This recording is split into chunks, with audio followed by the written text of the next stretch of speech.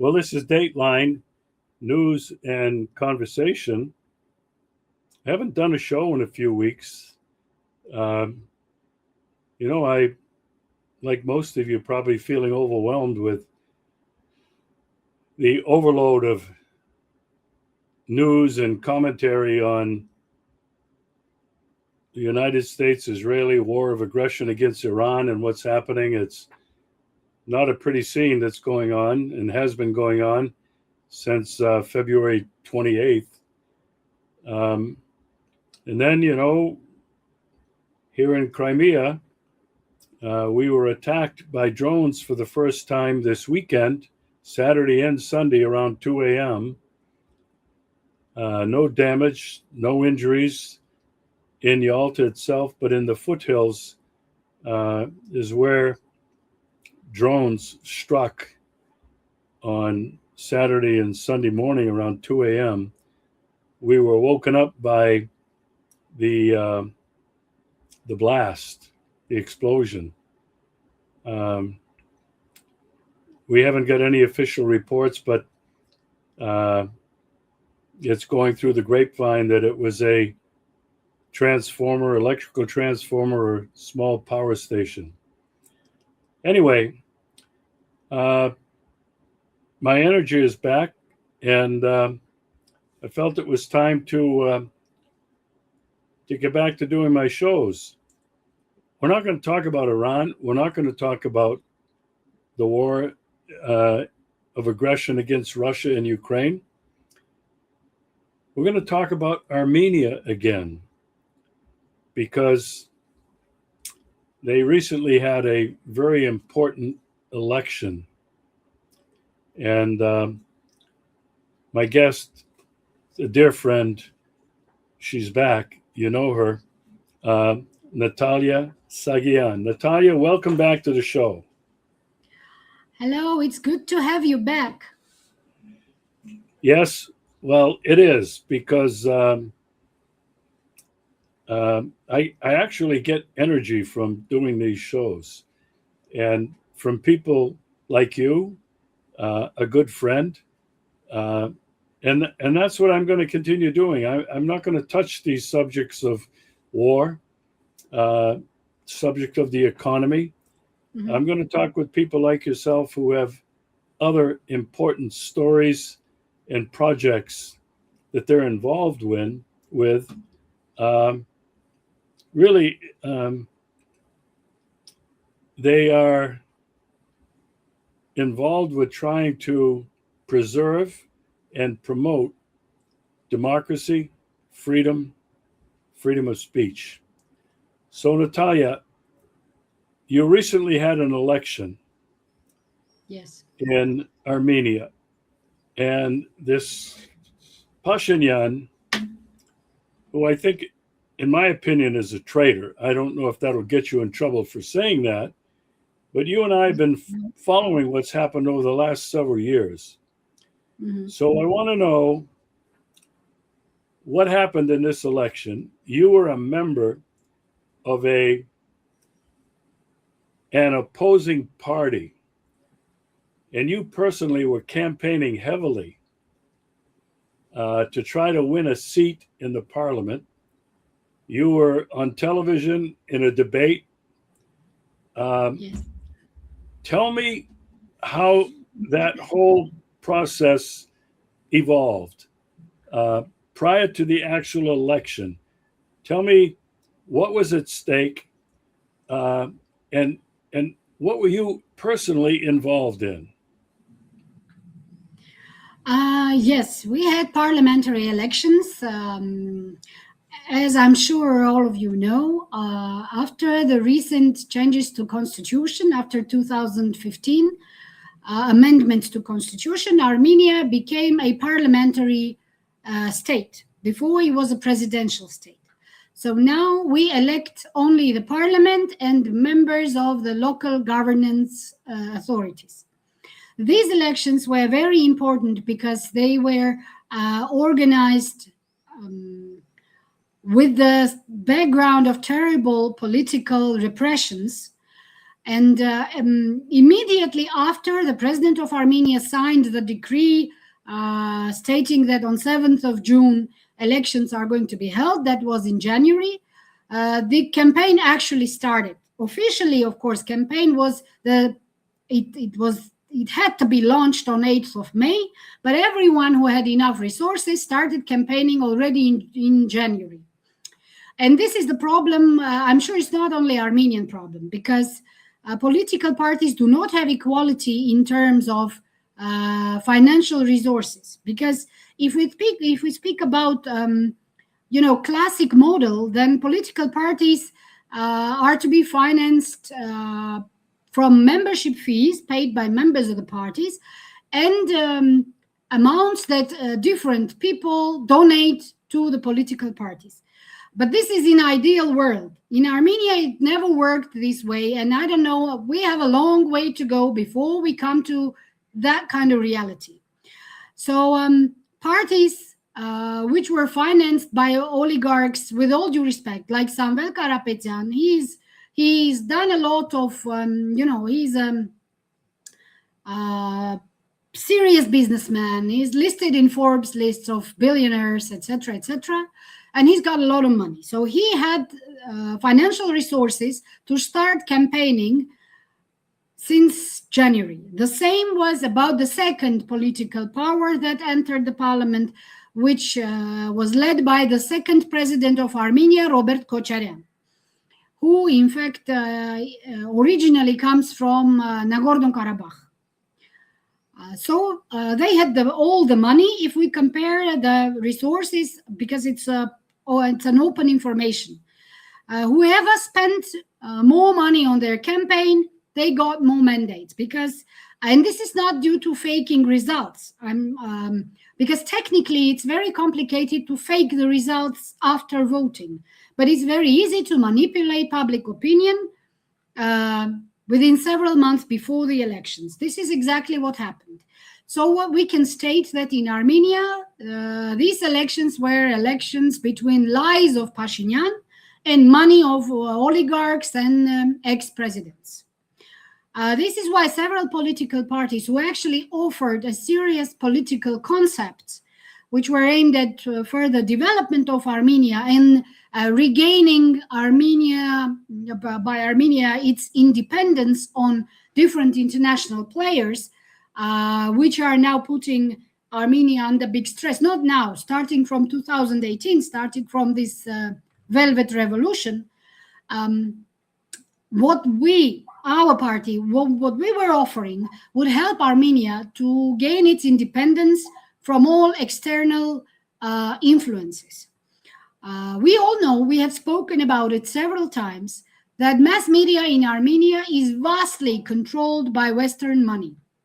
So we all see that the anti-Russian propaganda in Armenia has reached its historical maximum. We'll talk about it several minutes later, because this is an important thing and I want to put a stress on it. This is why it's very easy to manipulate the public opinion. This is why Pashinyan managed to get 61 mandates out of 105. 29 went to Samvel Karapetyan's political party, and the remaining 18 went to Robert Kocharian's political party. The problem here is that the two opposition parties which won these mandates, it's a simple math. Number of their mandates is absolutely not enough to influence any process in the parliament, because Pashinyan has 3/5, which is enough for him to elect chair of the Constitutional Court, to elect the chair of, there is a special authority that reviews activity of judges in Armenia. And that is, these two are supposed to be independent, but they're not, because obviously if Pashinyan's fraction in the parliament elects the chair of the Constitutional Court, we all know what that means. The same about this authority that oversees activity of judges. And several other things he can manage with his 61 mandate on his own. So opposition has no influence on it. The only thing that at the moment with this configuration opposition can influence is constitutional referendum in Armenia. Pashinyan will need 2/3, which is 67 mandates. So he's several mandates short to organize constitutional referendum on its own. This is probably the only plus we have, but there are certain risks because we do have the history of Pashinyan influencing parliament members of opposition. Well, when I say influencing, that means using either compromising information or money or any other leverage that he can get hold of to make these parliament members to reject their political parties and become independent parliament members, which means that Pashinyan is gaining these several mandates that he's lacking to organize a constitutional referendum. Why am I putting stress on constitutional referendum? Because this is the major task that Azerbaijan is imposing on Armenia and making it a precondition to sign the peace agreement, the peace treaty that we are speaking about for I don't know how many years by now. And Azerbaijan is all the time finding different excuses for not signing it. But the major problem is that Azerbaijan says Constitution of Armenia contains clauses which are based on independence statement of Armenia, where Azerbaijan sees problems regarding its territorial integrity, which is not true at all. I do admit that there is a room for misperception of certain clauses in the Constitution of Armenia and in Declaration of Independence. But this Declaration of Independence, it was adopted in 1992, when geopolitical situation was totally different and Armenia was fighting for its independence from the Soviet Union. And this is why our constitution was supposed to be based on Declaration of Independence. That's very logical. So this is the task that Pashinyan has to fulfill before he manages to finally bring this peace treaty to the signing phase. But obviously, Azerbaijan is not interested in signing anything because Aliyev will then have a problem, internal problem, because until now he's managing to sell this information to his population that we are still at war with Armenia because peace treaty is not signed. This is why people should, wait a little longer. They all live in poverty because there is no peace, and all these talks that we all know how it happens. So the same situation is in fact in Armenia, because Pashinyan is trying to sell this concept of peace treaty to the population. And since people are afraid of war, because we have only just recently, we have faced the terrible war of the 2020. And this is why Pashinyan still manages to harass his own population by a new possibility of new war with Azerbaijan. So his task is to organize this constitutional referendum, to make amendments to constitution, to erase any clauses that are related to Declaration of Independence, so that Azerbaijan can take a breath and understand that Armenia has no intention to attack Azerbaijan, which we never had such intention. We never declared such intention, never in these 36 years. So we are thinking that we're going to see this picture again in this parliament, when several parliament members from opposition parties will be forced to leave their parties and declare themselves as independent parliament members, so that Pashinyan can gain this few mandates that he has a shortage of to organize this constitutional referendum. What can I say? Well, it was a very interesting experience. First of all, because our political party finally got a chance to present itself on the #1 TV channel, the national TV channel of Armenia, where otherwise we would have never get a chance to be presented because we are an opposition party. Our position was not to, shove dirt on anybody, because this is a not constructive way to run, to campaign before elections.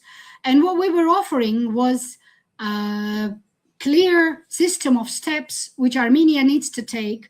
First of all, to secure its national interest by a national security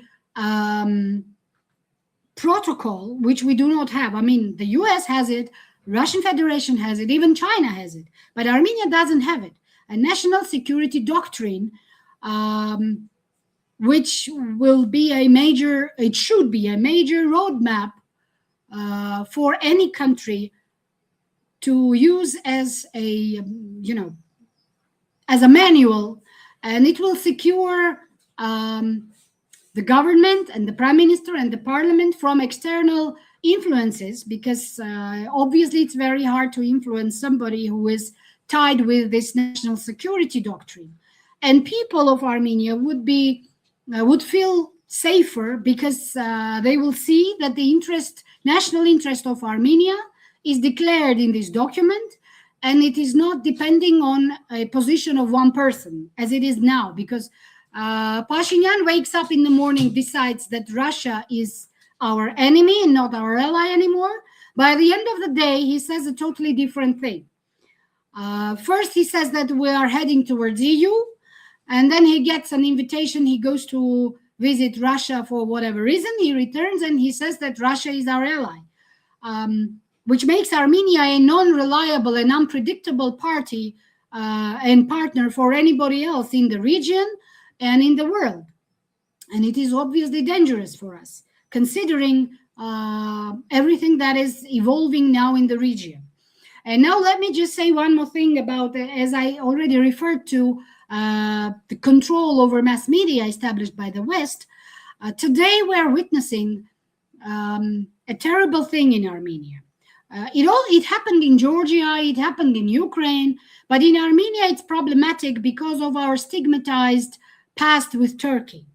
So the Western mass media sponsored by the West are intensively growing tension between Armenia and Russia, demonizing Russian Federation to create a public opinion, negative public opinion about Russia inside Armenia, to eventually create a situation when becoming a proxy of Turkey in this region will be the lesser damage for Armenia than remaining the ally of Russian Federation. I'm not sure if I'm making it clear, but the West is now intensely, covering what Armenia can get from making up with Turkey and getting good. Of course, we need to have good relations with our neighbors, but we need to take care about our national interest, not about the interest of the West, because obviously we will not see any NATO soldier here. If we refuse Russian Federation as the guarantee of our security, we will need to find another source of security in Armenia, because we're a small country and we're unable to provide our security all by ourselves. So we will need to find another umbrella. So this is what the West is doing. They are demonizing Russian Federation by all means, including falsification of historical facts and representing Russia as enemy of Armenia, as it has been, according to their narrative, for the last 300 years, that Russia betrayed Armenia all the time. And what they're saying is that it's okay if you want to orientate towards NATO, but NATO's proxy in this region is Turkey. So Armenia needs to learn cooperating with Turkey. So they're pushing us towards Turkish embrace, which is obviously very unhealthy for Armenians having this problematic history with Turkey. But nobody in the West cares about it. What they want to do is they want to push Russia out of the region and make Armenia Turkish proxy in the region. And for last time I looked, they are succeeding with small steps, but they are succeeding. Wow, you covered a lot of territory, and you actually answered a number of questions that I had for you. The influence of the West, the United States, NATO. Um, I'm going to come back to the election because I have Yes. a number of questions I want to ask about that, and I want to talk about what you were doing as well. But you mentioned Turkey. I don't know if we've talked about this, but I knew nothing about the genocide that was committed by Turkey on the Armenian people. Why don't you tell our guests about that? I visited the museum in Yerevan on my last trip, and uh, I I was in tears. I had no idea about this. I never heard about it in the United States or anywhere else. So bring our audience up to date on that historical. We have to call it a genocide. Um, well, it was not called Turkey at that time. It was the Ottoman Empire. Um, and the genocide, well, the official date is 24th of April of 1915. So every year on the 24th of April, it's a remembrance day for all victims of genocide. Only Armenians were 1.5 million of victims of the genocide organized by the government of the Ottoman Empire. It didn't happen in 1915. It dragged on from 1905 to 1915. And our brothers of Greek origin, Yazidi, Kurdish, and Assyrian origin also suffered during this period. But since victims of Armenian origin constitute the largest number, 1.5 million, as I said already, and the Turkey presents it as casualties because people were replaced during the First World War, and because it was war, so certain people from certain populated areas were displaced to other regions, and they all died on the way, which is obviously a terrible manipulation of historical facts.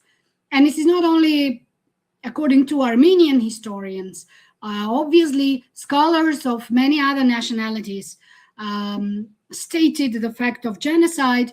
Even a very famous Norwegian scientist, Fridtjof Nansen, I think he's a worldwide famous person. He wrote a book about genocide of Armenians, Greeks, Kurds, Yazidis, and Assyrians, and many other people in the Ottoman Empire. Not only him, different scholars from the United States, from United Kingdom. So it's not just Armenian version of history. And Turkey, modern Turkey, refuses to recognize the fact of genocide, even though over 50 countries recognized Armenian genocide at a state level, which means that the governments and parliaments of these countries recognized the fact of Armenian genocide. In France, they even adopted a law several years ago criminalizing the rejection of Armenian genocide. So if anybody in France makes a statement saying that no genocide of Armenian people happened, the consequences will be of criminal law. So this is a historical fact. Turkey obviously refuses to recognize it. They say atrocities, they say tragic events, but genocide is not a tragic event.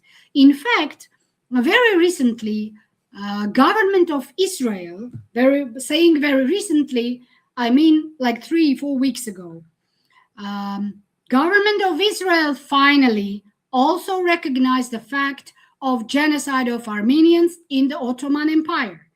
I have to say, with all the sarcasm, that Israel struggled against recognizing it for a very long time, because They were allies with Turkey. And when you speak with Israelis, they always had this explanation that, we live in a hostile environment and Turkey is our ally.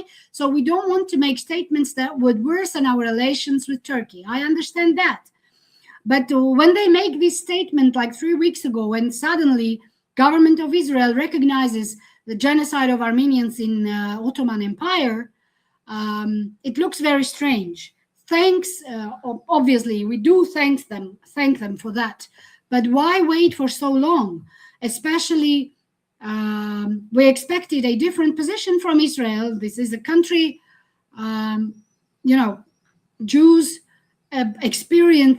experienced Holocaust, which is, I cannot even call it a horrible tragedy, because horrible tragedy does not reflect the reality. Well, it has a special name, a Holocaust. And suddenly we had to wait for several decades for them to recognize. Thank you, of course, but I think it's too late. And then they get surprised when Armenia doesn't get involved into this hustle they have over this issue with Turkey, because we do understand that Israel recognized Armenian genocide not because they thought it would be just and fair, but because they wanted to poke Turkey with this. So genocide became an issue for manipulations also in the United States, because many presidents, as far as I can remember, ever since Ronald Reagan, when they were campaigning for elections, they promised to recognize Armenian genocide to win the votes of Armenian diaspora in the United States. And all of them forgot to do it after they got elected. The first president who used the word genocide was Joseph Biden, in fact. So my respect to Joseph Biden in this regard. He was the first president who actually pronounced the word genocide after he got elected. Donald Trump also used the word genocide, but it never went to any level above that. I mean, Congress or Senate, it is still somewhere in the corridors of very complicated government system of the United States. So this is the reality that we're having. And because Turkey closed its border with Armenia in 1992 unilaterally, so it was not Armenia who closed the borders, it was Turkey. And today, when we speak about necessity to open the border with Turkey, and they are, pulling out a whole list of preconditions, with number one precondition is to satisfy all preconditions rolled out by Azerbaijan. It's very strange when the West is trying to push us towards, brotherly, relations with Turkey, considering this stigmatic past that we had. And the genocide that we are talking about was not the first one.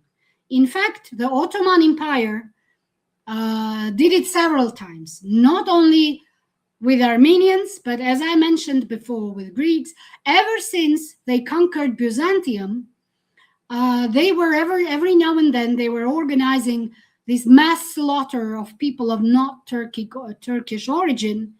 But we take the last genocide of the beginning of the 20th century, because it was the most monstrous one.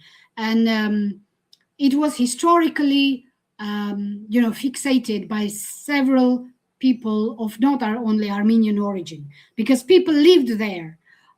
Western scholars lived there during the First World War, and they witnessed it, and they put it on paper. So we have written proofs of it. Well, thank you for the historical context. I think it's very important. The United States has never really experienced these geopolitical shifts for centuries because of war, the changing of boundaries, which are still causing enormous problems today. The boundaries were created without considering ethnic and religious diversity. They just drew it up on the basis of power politics, is the only way I can describe it. I really appreciate that little historical perspective, because when it comes to Armenia, people in the United States just have no idea about what you just described. Now, you mentioned the Armenian diaspora. It's huge, even in the United States. Mhm. Now, I want to get back to the election. Two questions. Were there any challenges to the legitimacy of the election? Was it rigged? First question. Second of all, were the Armenian was the Armenian diaspora, were these people allowed to vote in this election? Two questions. Let's start from the last question because it's a shorter answer.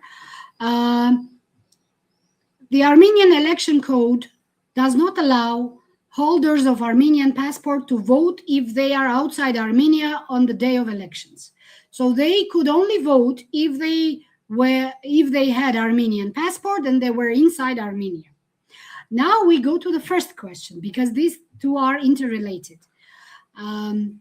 Several days before elections, the Western sponsored media, I'm always putting stress on it so that people understand that these things do not happen out of nowhere, started to spread information that two largest opposition parties, the one of Samvel Karapetyan and the one of Robert Kocheryan, are paying money to Armenian citizens living in Russia for them to come to Armenia and vote for Samvel Karapetyan or Robert Kocheryan on the date of elections. So after this information was dropped down to mass media, the prosecution of Republic of Armenia immediately issued appropriate warrants to stop people on the border, in the airport, and not only in the airport, also on the border with Georgia, people who live in Russia but decided to come to Armenia, even if they come just to visit. Probably these people did not even plan to participate in elections, but they hold Armenian passport and they're coming to Armenia like 2-3 days before elections. They were stopped at the border. They were carefully examined, questioned for hours, and some of them even were forced to make statements like, yes, we're coming to Armenia to vote for pro-Russian political parties. Obviously, it was a big stress for people. If you stand the line and you know that there are, hundreds of people after you waiting for their turn to come to passport control, and you are being questioned there on the spot, not only the pressure that you are under because you are being questioned, why are you coming to your homeland? It was a very ugly situation. And several people were not allowed to vote because their passports were taken away from them for ridiculous reasons. Passports were returned to them without any problem, but on the next day of elections. This was the situation. As about election results, the fourth largest political party, Prosperous Armenia, the election threshold is 4%. If you get 4% of votes, you get elected to the parliament. The Prosperous Armenia party, led by a very famous in Armenia businessman, Gagik Tsarukyan, managed to collect 3.99%. Obviously, they did collect more. But, in Pashinyan's picture of this world, he needed to have only 3 parties in the parliament. And this is why this Prosperous Armenia party lacked, 0.01% of votes to collect the 4% and get into the parliament. Today, Gagik Tsarukyan is in custody. He was arrested several days ago in a very ugly manner. The special forces with National Security Agency forces, barged into his mansion, and he's a 70-year-old man. He was brought down to the floor, handcuffed, and dragged out of his house with somebody filming it on the phone so that they could, cut short videos and circulate it in mass media afterwards. He's a very respected person because he's an oligarch, he's a businessman. He created thousands of jobs in Armenia. But he's an oligarch, and he had the nerve to oppose Nikol Pashinyan. And this is the punishment that he received. Several businesses that he owned were nationalized within 72 hours without any court order. I mean, I do understand that if there is a judicial process and there is a court order or I don't know, ruling of the court with, that after an investigation, it was proven that an ex-businessman, I don't know, violated the law, didn't pay taxes, etc., etc. So he owes to pay a certain amount of money to the state. And this is why the state decides to nationalize certain businesses that belong to that businessman. I understand the process. But what happened today with Gagik Tsarukyan and his businesses? One very large, the largest in Armenia, Ararat cement factory, was nationalized within 72 hours. The multi-wellness center, which is a large sport complex, bringing a lot of money, was nationalized within 72 hours.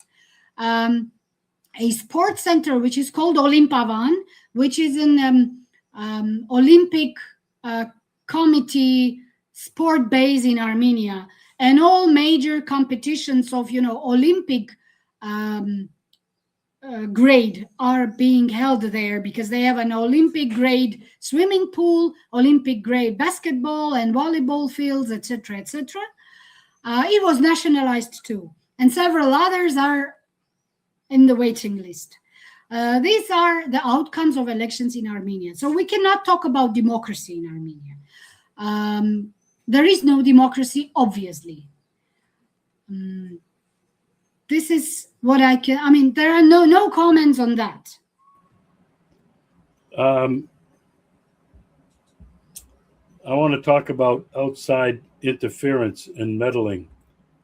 You and I have talked about the influence of the United States in your country for decades. 1994, I think it was, the American University was founded on that hill. It's a huge complex in the city of Yerevan. You can't miss it. So since 1994, thousands of Armenians have been educated there. Yes. These people now, for sure, are your politicians Yes. in various levels in various regions. They're your teachers and your professors in the schools, the universities. They're businessmen. This is enormous use of soft power, education, to change a society. We've talked about that before. I never realized how powerful it was until I saw this university and found out how long it had been there and what its effect has been on Armenia. But I think one of the most egregious, one of the most ostentatious examples of the United States meddling in another country's internal affairs and elections is what J.D. Vance and Donald Trump did just prior to the election. Tell us about that. J.D. Vance came to Armenia like few days before, well, maybe 1 week before elections. But he stayed in Armenia only for 2 hours. He didn't even leave the airport. But the Western-sponsored media made an information event of it. They presented it as a great support of the United States for Nikol Pashinyan. But when Vance came to Armenia and stayed here only for 2 hours on his way to somewhere else, he only met with the Minister of Foreign Affairs. However, immediately after the Vance's visit to Armenia, very brief visit, we saw the statement of Donald Trump that he made on his social networks, that Donald Trump supports Nikol Pashinyan and how much he appreciates Nikol Pashinyan's activity in the field of, building democracy in Armenia, and how great the leader Nikol Pashinyan is. This is an obvious interference into the election process. Like, there's no doubt about it. And then same Western-sponsored media have the nerve to say that Russian Federation interferes into election processes in Armenia. And when we compare these two behavior patterns, we do see that they're beyond compare. We cannot even compare it, because the very reserved position that Russian Federation has, not only regarding elections in Armenia, regarding elections anywhere, Russian Federation never publicly makes statements before the election and during the election campaign, not to, create this misunderstanding or even a doubt, even a reasonable doubt that they want to influence anything. But when we see this shameless behavior of the U.S., any reasonable person could see that it obviously was an influence. My wife Tanya and I were just talking about this today, that Russia is not even in the soft power game anywhere in the world. And especially, and this has a lot of people very concerned, including myself, Russia is not trying to influence directly, publicly, any of the former Soviet republics. Yeah. And there are observers inside of Russia, analysts, who are questioning, why has Russia not taken a stronger position in Armenia to keep it within its circle of influence? Because this is obviously a huge threat to Russia, to have NATO and Turkey controlling your country. The same thing can be said for Georgia. The same thing can be said for the Baltics. How Russia was not even involved in this. People talk about propaganda. They claim, Soviet Union was propaganda, ideological. But the Russian Federation has not even been in the game in the same league as the United States in terms of propaganda and soft power use all over the globe. I just wanted to emphasize that. And I think American people have no idea what this is about. You have to have come to Western and especially Eastern Europe, visit the former republics of the Soviet Union and Russia to realize, I've been saying this for like 10 years, Russia is not even in the information wars. Yeah. Forget it. And the United States of America has perfected this for a very long time. Let me ask you a couple of more questions. Has there been any challenge to the results of the election? Yes, the opposition, the two largest opposition parties and Prosperous Armenia presented a joint claim to the Constitutional Court of Armenia. This is the only way they could do it, putting under question the results of recalculation that they had. We had a recount in several election areas, hoping that Prosperous Armenia would, as a result, gain the 0.01% that they're missing to get into the parliament. But in the end, what the results showed only that Nikol Pashinyan's political party managed to get more votes as a result of this recount. So they presented a collective claim to the Constitutional Court, but it was all a farce. It was just a farce because the jury members, in Constitutional Court, there is a jury of judges. And so the hearing is being made by this jury of judges. There, I don't know, 7 of them, I think. And obviously, with all in vain, with no result, because the Constitutional Court ruled to stick to the results, and that they see no problem, that even those variations that were recorded after the recount, they did not influence results of the elections to the degree that these results could be questioned. That's it. Okay. Now, so people can understand, how many, a two-part question, maybe multiple part, how many opposition parties are there? I think you've mentioned two majors. Yours is one. My good friend Haik Babukanyan is also involved in an opposition party. Yes. I don't even know if they were involved in this election. No. I don't know. I've heard it. I haven't heard anything. Wouldn't it have been better, more advisable, if these two major parties, including yours, which you didn't get enough votes, would somehow find common ground? They probably could have changed the result of the election. Am I wrong? It would be, we as an opposition, and I say we at this context, I mean the opposition would obviously get more chances to defeat Pashinyan. When I say defeat, I mean to get more mandates in the parliament if we could all go to elections with one front. But objectively, it was not possible then, and it's not possible now, because political parties, which I mentioned, the two major political parties who had the financial resources to campaign all over Armenia and to have to order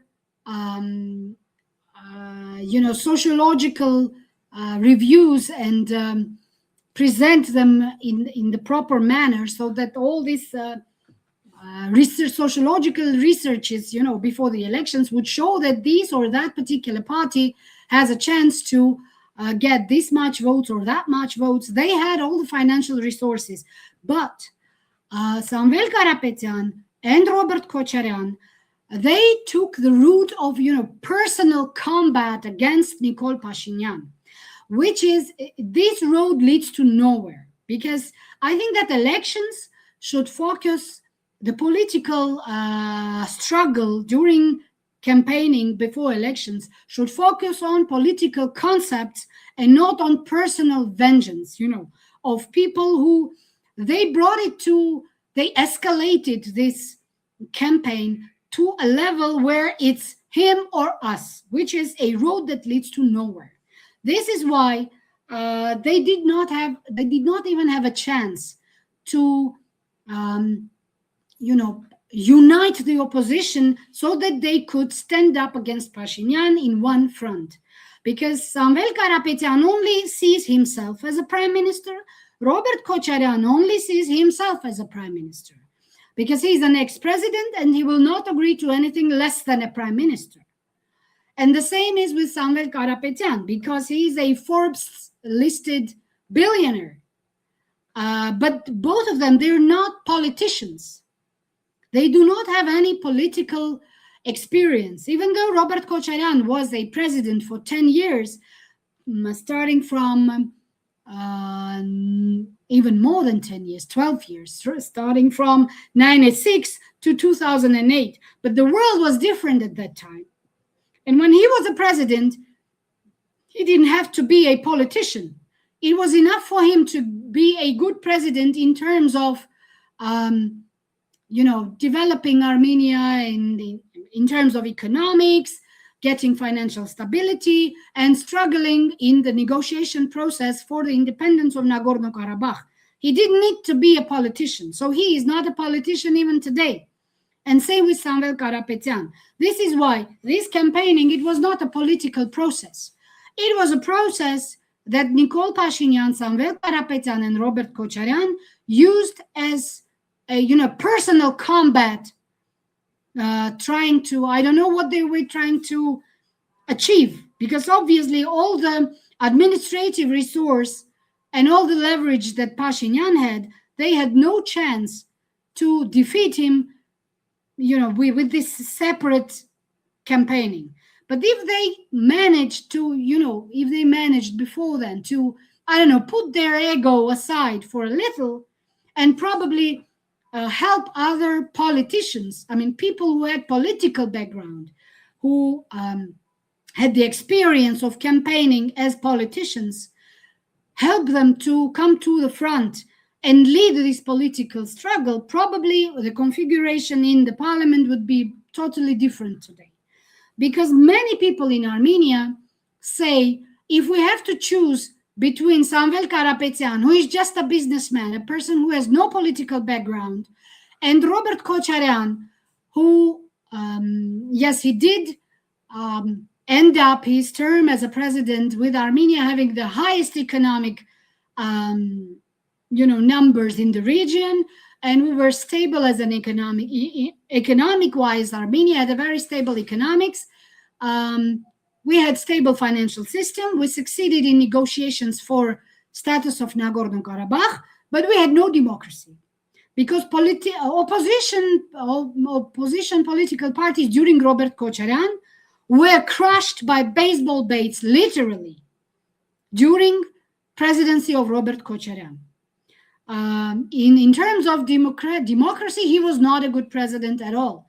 And many people remember it. The corruption, the very bad political situation in Armenia, people remember it. So when they say that if I have to choose between Nikol Pashinyan, Samvel Karapetyan, and Robert Kocharyan, because all others basically have no chances, I will choose Nikol Pashinyan.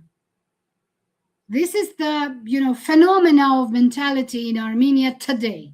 This is why, even though the turn-up rate was the highest in Armenia during these elections, Nikol Pashinyan still got, collectively more than both of them together, because people do not want return of the past. The past is being represented by Robert Kocharyan. Don't want to get oligarchs to gain power in Armenia, and oligarchs are presented by Samvel Karapetyan, with all due respect. But because all these processes led to very limited choice, because even our party, having presented a very clear 7-step program for Armenia to gain its independence and become a safer place and get better chance to develop economically because it's a safer place, even we could not, compete with the money of the two major political parties and lies of Pashinyan, as well as others, because we had altogether 18 political parties participating in these elections. 18. 18. Well, all right. I have to ask you, what is your role in your party? And I'm the vice president. You're the vice president of the party. Yes. And you appeared on television in a debate. Yes. And it was great. You were great. I loved it. You don't look like a politician. You don't talk like a politician. I mean, you're a mom. You have 2 daughters. You have a husband. So how large is your party? We are represented in a local governments in 4 regions of Armenia as of now. We are planning to I'm stating this for people to see how spread we are. We're not very widely spread, but we are represented in 4 mostly populated regions of Armenia, in local governments bodies, municipalities, and other. In total, at the moment, we have over 5,400 members, which is a lot for Armenia. When I say members, I mean people who are regularly contacting us, participating in events that we organize. Well, not 5,000 altogether, but in different groups from different regions. When we visit them, people come to listen to what we have to offer. And when we organize events in Yerevan, some of them come from regions to attend. The problem that we are facing is that we rejected populism totally from our narratives. Because we've come to understand, as many other people in Armenia, that populism killed Armenia in 2018. Because this Velvet Revolution succeeded because of the populism and the propaganda. So what we reject totally in our political activity is populism. This is why I do not talk as a politician. And what we have decided to do during this campaign is only to tell the truth to the people. That Armenia is in a very bad situation. And even if Nikol Pashinyan does not manage to get 50+1%, it will not be easy. And this is the truth that we were saying. But I do understand that population in Armenia, electorate in Armenia, it has been, brought to this apathic state when they do not want to hear the truth. They want to hear about future of Armenia inside the EU, about visa-free future for Armenia with the EU, which is a total lie. I mean, it's not even realistic. It's not even close to realistic. But people prefer to hear this because they saw horrible war. They saw loss of Nagorno-Karabakh. They saw terrible attitude of Nikol Pashinyan to people who